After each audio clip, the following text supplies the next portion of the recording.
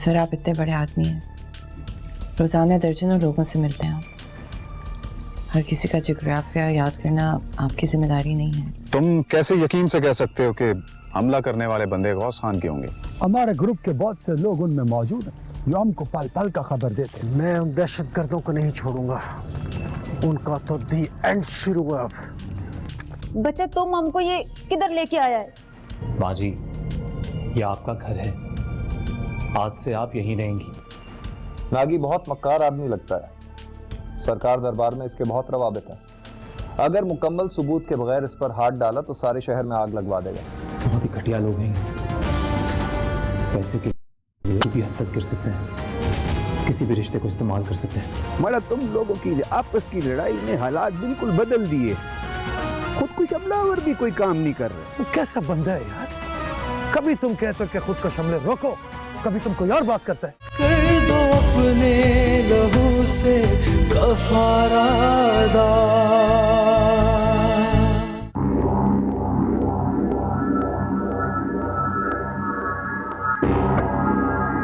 मैं जिन 15 देहातों की नुमाइंदगी कर रहा हूँ उनकी तरफ से मुझे मुकम्मल हमायत हासिल है। हम फौज की इस मुहिम में उनका साथ देंगे, हम फौज का साथ देंगे और दहशतगर्दों के खिलाफ इस मुहिम में उनका साथ देंगे। हल्के के तमाम देहात वाले फौज के साथ हैं। मुला साहब, हम तुम्हारा पार्टी को अच्छी तरह जानता है। मीडिया ने अवाम को इतना शऊर दिया है कि हम दुश्मन और दोस्त में पहचान करते हैं। अब हम इतने भी अनपढ़ नहीं कि दुश्मन और दोस्त में फर्क नहीं। अल्लाह के बंदो, हमारा पोजीशन को समझो। उधर हुकूमत हमसे नाराज है कि हम आपके लिए नाजायज मुतालबात करते हैं, इधर आप हमसे नाराज हो। मुला साहब, आप हमारी नहीं दहशतगर्दों की बात करते हैं। आपने कबायली इलाकों में मसलक के नाम पे एक नई लड़ाई शुरू कर दी है। मुल्ला साहब, सीधी बात है, अब हम इन दहशतगर्दों को भत्ता नहीं दे सकते। जिरगा में जितना भी नुमाइंदा मौजूद है, सबका एक ही प्लान है कि फौज को अपना एक्शन जारी रखना चाहिए। हम किसी सूरत दहशतगर्दी को बर्दाश्त नहीं करेंगे। आप लोग गुस्से में, मैं आपके जज्बात को समझता हूँ, लेकिन आपका बुजुर्ग होने के नाते मैं आपको यही कहूँगा, हम मामलात को कि नहीं, लड़ाई किसी की भी हो, नुकसान तो हमारा ही है और हमारा अलमिया ये है कि हम कहीं और रह भी नहीं सकते।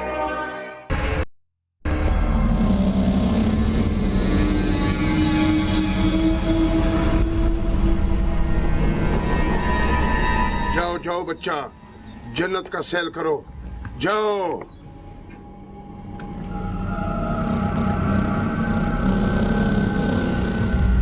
हुकूमत की तरफ से हमारे इलाके में अमन कमेटी बन चुकी है। हम उसका तावन करेंगे और इंशाअल्लाह दहशतगर्दों का सफाई।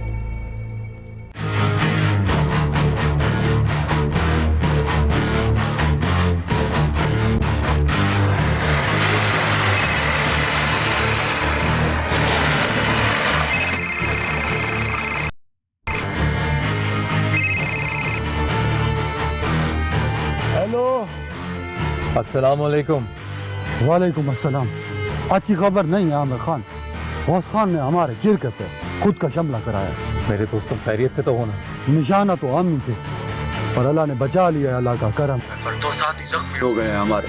कासिम खान, तुम अपना ख्याल रखना, मेरी मानो तो अपने डेरे की तरफ मत जाना। आमिर खान, क्या बात कर रहे हो? अब हम ऐसे दहशतगर्दों से डर के घर में चुप के बैठ जाएं?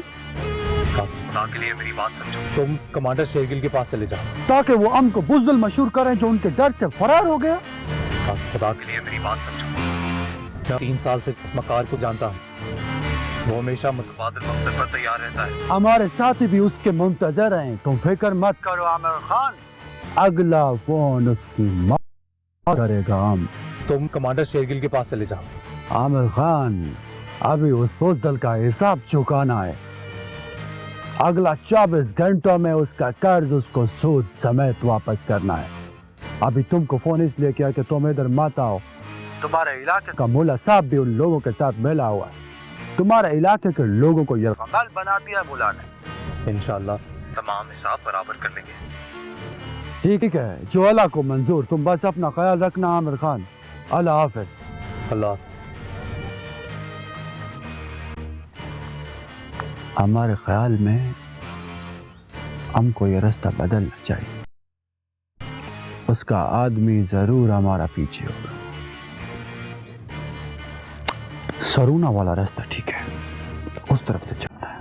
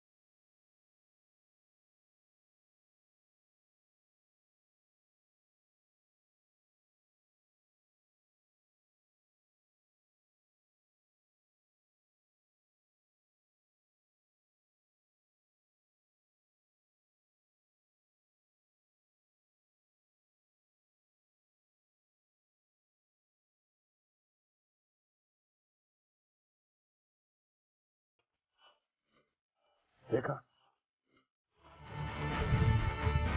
मुझे पता था कि वो सरोना वाला रास्ता अख्तियार करेगा। देख लिया, मैं जानता था कि वो पुराने वाले रास्ते से नहीं जाएगा। कमांडर साहब, आपका अंदाजा बिल्कुल ठीक था। ओए, अगर मैं तुम लोगों के आसरे पर रहता ना तो सिर्फ शर्मिंदगी होनी थी। खुद का शमले से भी बच गया, लेकिन अब नहीं बचेगा। बुलंद खान को फोन लगाओ।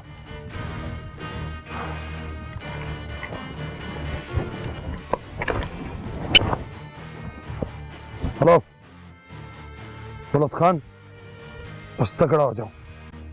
तुम्हारा शिकार तुम्हारे जाल में आके फंसने वाला है। कमांडर साहब, हमने उनके इस्तकबाल की पूरी तैयारी की हुई है। इस बार नहीं बचना चाहिए, और अगर इस बार बच गया तुम सारी जिंदगी अपनी शक्ल नहीं दिखाना मेरे को, समझा? तो कमांडर साहब, आप खुशखबरी का इंतजार करो। ठीक है।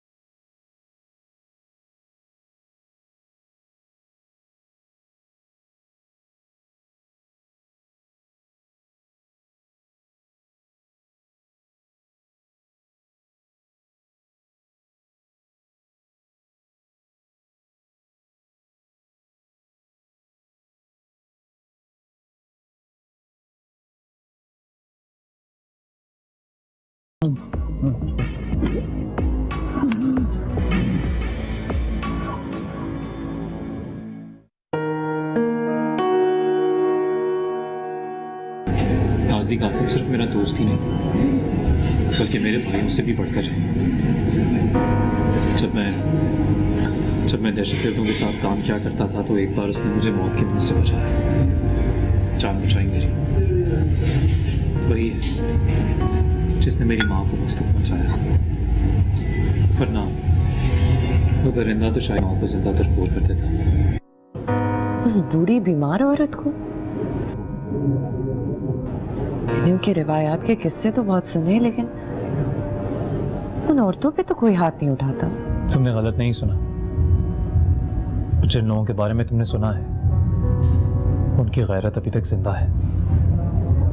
जिनकी बात मैं कर रहा हूँ ना नाज़ी, उनकी गैरत तो कब की मर चुकी है। यानी जो अपने वतन का सौदा गैरत है, उनके लिए अपनी माँ या अपनी बहन की क्या अहमियत है। ठीक कहा तुमने। ये इंसान नहीं है नाज़ी, दरिंदे हैं दरिंदे। क्योंकि एक इंसान कभी दूसरे इंसान को भेड़ बकरियों की तरह ज़िबा नहीं कर सकता। मेरा तो दिल दहल जाता है ये सुनकर। एक बार एक सीडी देखने का इत्तेफाक हुआ था। 2 दिन तक बीमार रही थी मैं। नाज़नीन, मेरा अब इस दुनिया में सिर्फ एक ही खूनी रिश्ता बचा है, मेरी माँ, जिसे मुझे पैदा करने के जुर्म में जिंदा दरकोर कर दिया गया, सिसक सिसक के जीने पर मजबूर कर दिया। मेरे अपने चचा ने उसकी जवानी डस ली। और अब ये सब मेरे लिए नाकाबिले बर्दाश्त हो गया था। मुझे अंदाजा है आमिर, मुझे वाकई तुम्हारे दुखों का अंदाजा है। मैं शायद कभी बड़ा नहीं होता नाज़नीन, पर इन दुखों ने और हालात ने बड़ा कर दिया। हम सब वक्त के हाथों मोम के पुतले हैं। जब चाहा, जैसे चाहा, जिधर चाहा फिट करती हो। अल्लाह खैर करे। अभी तक कासिम का फोन नहीं, अभी तक तो आ जाना चाहिए था। खैरियत ही होगी, तुम परेशान मत हो। शायद वहाँ पे सिग्नल्स नहीं सही आते होंगे। आराम से घर जाओ। जिंदगी में कभी मौका मिला नाज़नीन तो तुम्हारे एहसानों का कर्ज जरूर चुकाऊंगा। ऐसी बातें मत करो आमिर। नहीं, वाकई सोचता हूँ अगर तुम नहीं होती तो माँ को यहाँ आके सिलाता, कहाँ रखता। शुक्र है हमें इस इलाके में अच्छा घर मिल गया। अब तुम आराम से अपनी अम्मी से मिल सकते हो। बॉस को कानो कान खबर भी नहीं होगी। वहाँ से तो आने में ही 2-3 घंटे लग जाएंगे। बस नाज़नीन, शायद अल्लाह को मेरी माँ पर रहम आ गया। शायद कासिम का होगा। हेलो,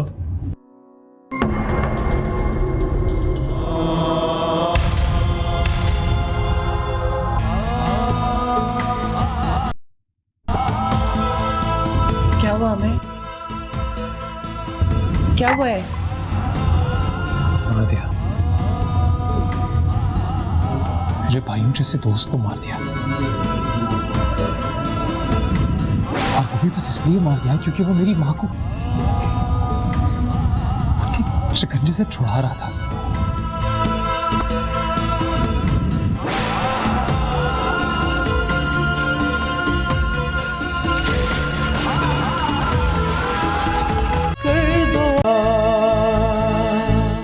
तो इसमें समझने वाली बात ही क्या है? सीधी सी बात है, तुम्हारी सास से ये बर्दाश्त नहीं हो रहा कि तुम इतनी जल्दी अपने पाँव पे कैसे खड़ी हो गई। लेकिन उस्मा, वो तो अपने घर में एक लम्हे के लिए भी मेरा वजूद बर्दाश्त नहीं कर पाती थी। अब कैसे? आपदा, ये बड़ा ही अजियत पसंद समाज है।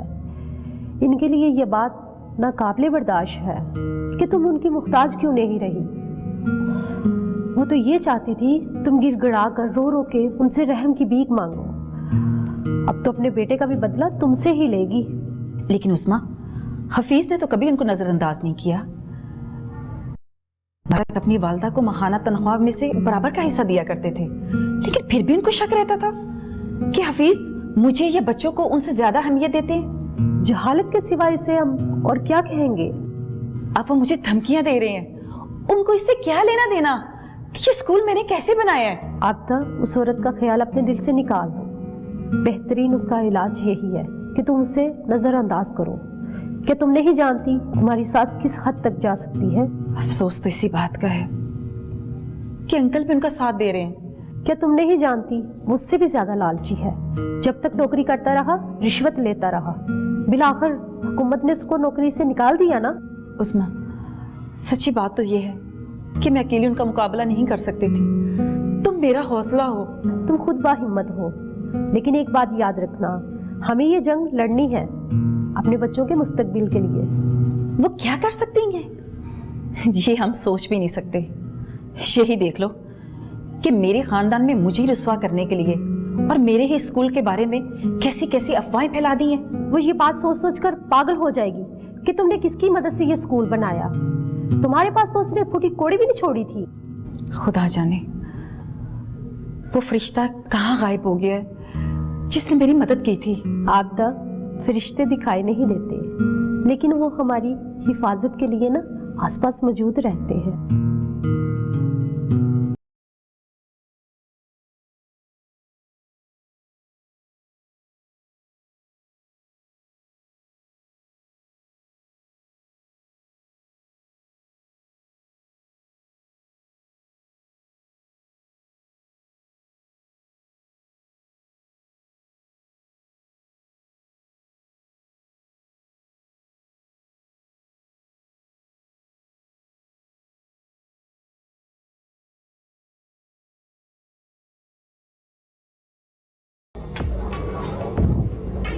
क्या है ना, तुम्हें मारना है, फिर तुम्हारी लाश को गटर में फेंकना है।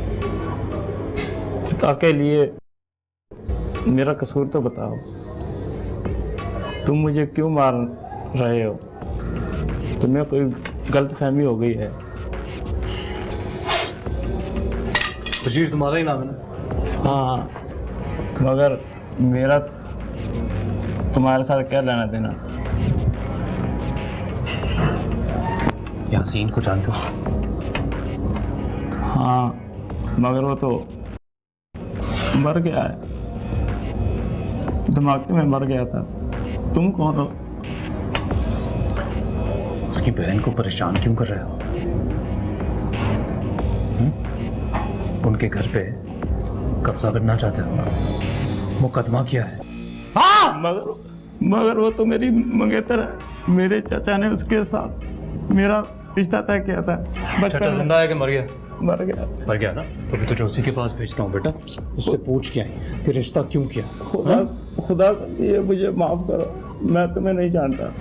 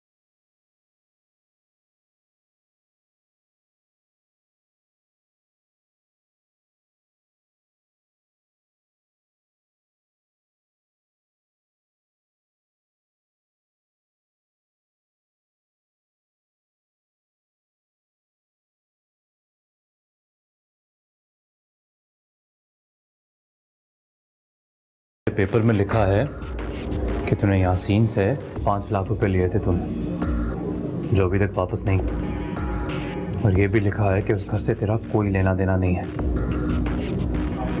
याद रखिए बशीर, उस घर के आस पास भी दिखाना मुझे।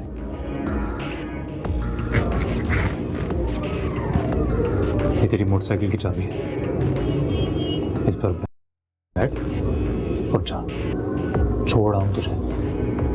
फिर अगर दोबारा कभी मुझे पता चला कि तू उस घर के आसपास भी नजर आया है, तो बेटा मैं कसम खाता हूं कि तेरी लाश को गटर भी नहीं मिलेगा।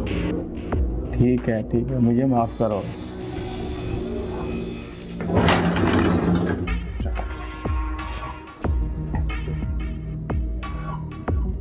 वादा करता हूं यासीन, जब तक दा हूं तुम्हारे खानदान पर आंच भी नहीं आने दूंगा। एक आखिरी और अहम बात, मोटरसाइकिलों से होशियार। अगर कोई भी मुश्तबा मोटरसाइकिल आपके करीब आने की कोशिश करे या कोई मोटरसाइकिल वाला आपसे बात करने की कोशिश करे तो स्टैंडर्ड ऑपरेटिंग प्रोसीजर फॉलो होगा। अंडरस्टूड? इसके अलावा कोई सवाल? No sir. नारे तकबीर, Allahu Akbar, good luck.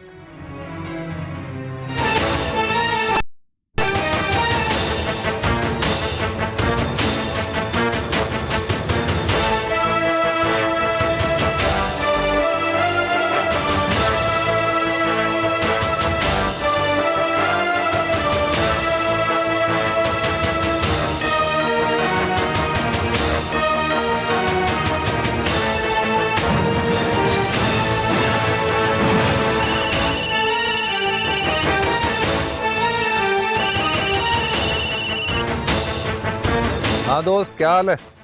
Sir, भट्टे की दाएं तरफ वाला कमरा जो कि खेतों के कोने में है, मेरी इतला के मुताबिक दोनों वहीं पर। आप एक तजवीज़ है अगर मान लें तो। नहीं कहो। अब तो तुम हमारे ही आदमी हो। सर आप 2 टीम्स बनाइए। एक टीम को ये इंस्ट्रक्शन दीजिए कि वो भट्टे के मुलाजमीन को एंगेज करें ताकि इन्हें यकीन हो जाए कि पुलिस को धोखा हो गया। दूसरी टीम क्या करेगी आप अच्छी तरह जानते हैं। पता है, मुझे यकीन होने लगा है कि तुम हमारे ही कोई साथी हो। अभी का साथी हूँ सर, और ऊपर वाले से दुआ भी यही है कि अगर मौत आनी है तो इसी रास्ते पे आए। अल्लाह हाफ़िज़ सर, गुड लक। अल्लाह हाफ़िज़। अल्लाह तुम्हें सलामत रखे दोस्त।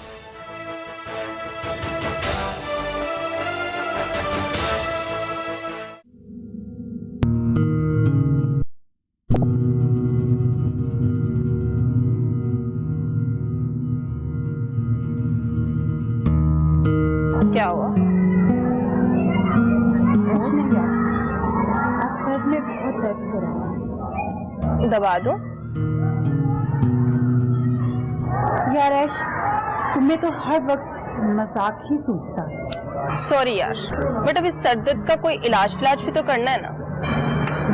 प्लीज ऐश, मेरा मजाक का कोई मूड नहीं। बाय द वे, ये दर्द सिर्फ सर में या इसके असरात दिल वगैरह पर भी नमूदार होते? प्लीज ऐश, ये मजाक का वक्त नहीं है। लगता है काफी दिन हो गए बात नहीं हुई। बात तो अक्सर होती है, बट ज्यादातर उसका मोबाइल ऑफ ही मिलता है। ओह हेलो मिस लैला, ध्यान जो स्टडीज की तरफ दो, और उसको भी ज्यादा मजनू बनाने की जरूरत नहीं है, समझी? और हाँ, सुहाग की बात को आ जाना और वहां पे अपना मूड थोड़ा फ्रेश रखना, ठीक है? मैं चलती हूँ, गाड़ी आ गई है मेरी। अल्लाह हाफिज।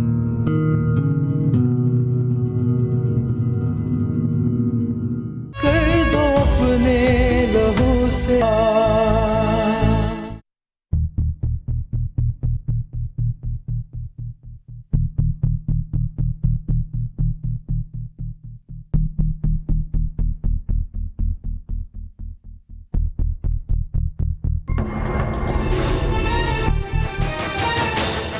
ये कहां से आ गए?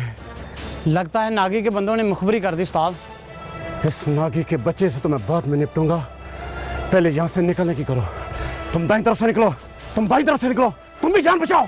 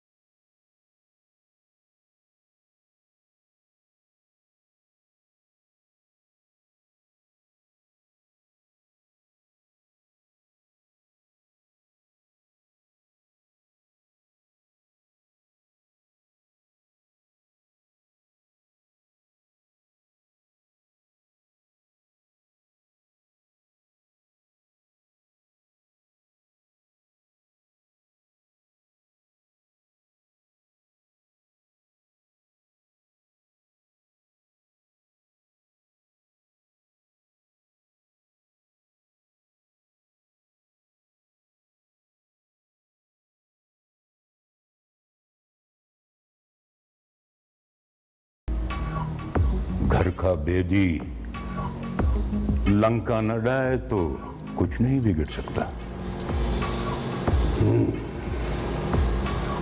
तुम ठीक कहते हो।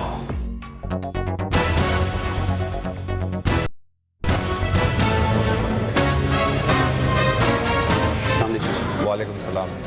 मंशा टीटी के ऊपर किसको लगाया? सर इंस्पेक्टर आलमनवाज को 5 जवानों के साथ टीटी के साथ लगा दिया। आबिद शाह को भी उसी तरफ लगा दो।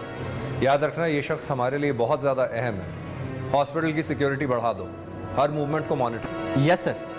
अख्तर और इरफान से कहो कि मीडिया को डील करें। फिलहाल किसी भी मुलजिम की निशानदेही नहीं होगी, टीटी की भी नहीं। तुम जुडिशल मजिस्ट्रेट के पास जाओ और उनके रिमांड ले लो। Understood sir. कल जॉइंट इन्वेस्टिगेशन टीम की मीटिंग शेड्यूल करना। पहले तफ्तीश मैं खुद करूंगा। Right sir. Counter measures check करो। Right sir. एहसान, आदिल और अली से कहो कि उनके अलग अलग बयानात लेने पे लग जाएं। उनमें से किसी को इकट्ठे ना बंद करना, सबको अलग अलग बंद करना। आपस में कोई कम्युनिकेशन, कोई कॉल, कोई मुलाकात, कोई राब्ता नहीं होना चाहिए। ओके, अब जाओ अपना काम करो। Right sir.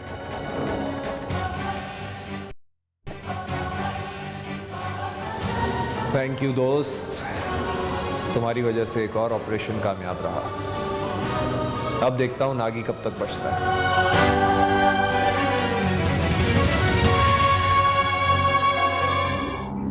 आमीन। किसी घर के बेदी का काम लगता है। हमारा शेर इतनी आसानी से काबू आने वाला नहीं था।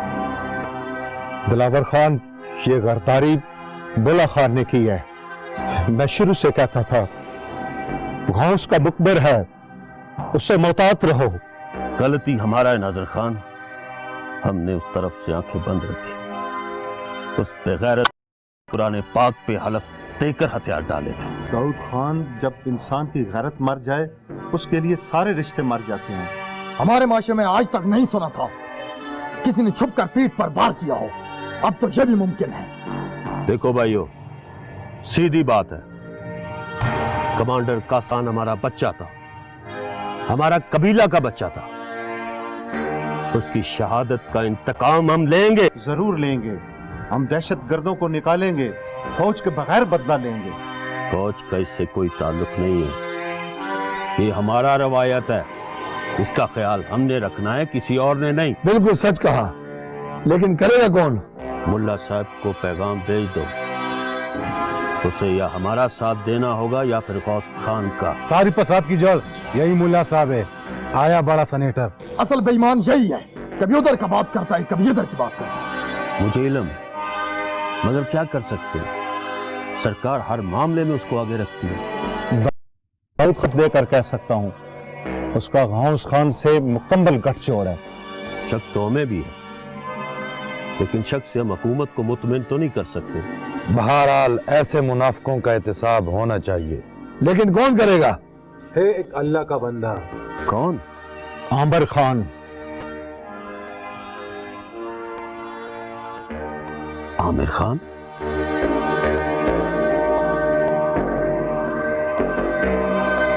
कर दो अपने लहू से कफारा अदा।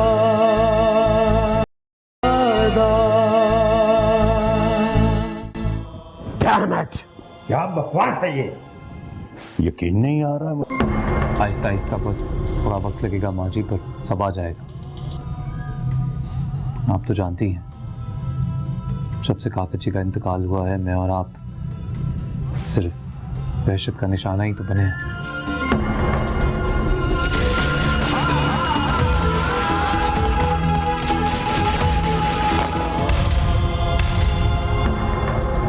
कर दो अपने लहू से कफा